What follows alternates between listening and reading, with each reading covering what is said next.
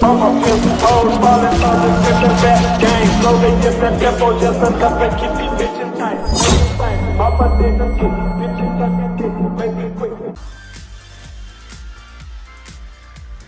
there, I'm Priya from the Mac Arena community team, and you're watching the 11th devlog episode.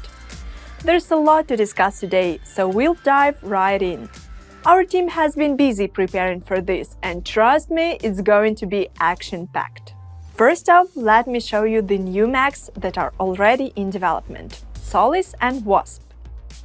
You've been asking for a new legendary support mech, and you got one, meet Solis. I bet you can sense some connection between its name and ability, and you aren't wrong. Solis' ability is Optic Override, which throws two orbs that blind enemies within radius. Remind you of anything, huh? Apart from not being able to see, the affected mechs also can't use weapons or abilities that requires a target lock. Okay, I know you're too excited already, but let me tell you one last thing. Solis had a whopping energy capacity of 32, allowing you to literally pick whatever you'd like. Bet you can't wait to try it. Moving on, if you ever wanted to try meteor clashes in Mac Arena, this is a perfect chance for you. The next mech is veiled in mystery, as it is still a work in progress. We can tell you that it's codenamed Wasp and has an ability slightly similar to Lancers, but with a little twist. For now, you can check out some of the concept art to get an idea of what it's going to look like. Let us know your first impression in the comments. Now, let's move on to the weapons you'll see in the Mac Arena soon. The first new toy will be Reworker, a legendary close quarters weapon with a magnetic shot ability. This weapon fires a dart at the target, which returns to the mech, dealing damage to enemies in its path, both there and back. Plus, the closer you are to an enemy, the faster you shoot, as the dart has a shorter distance to fly. Looks like there is no need to be scared of close-up battles when you've got the Reworker with you.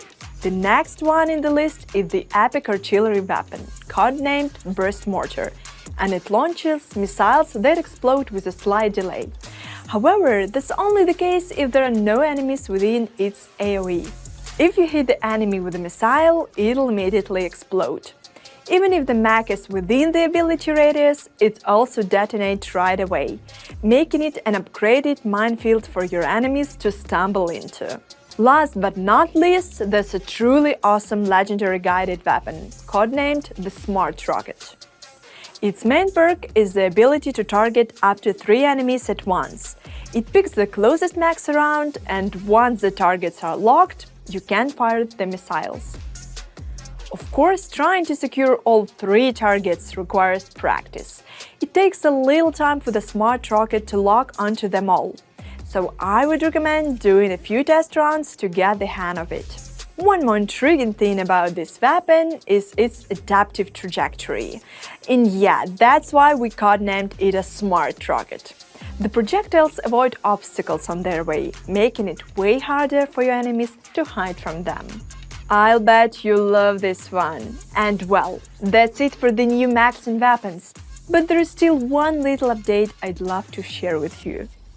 You may remember that the long-awaited PvE mode is soon to be released.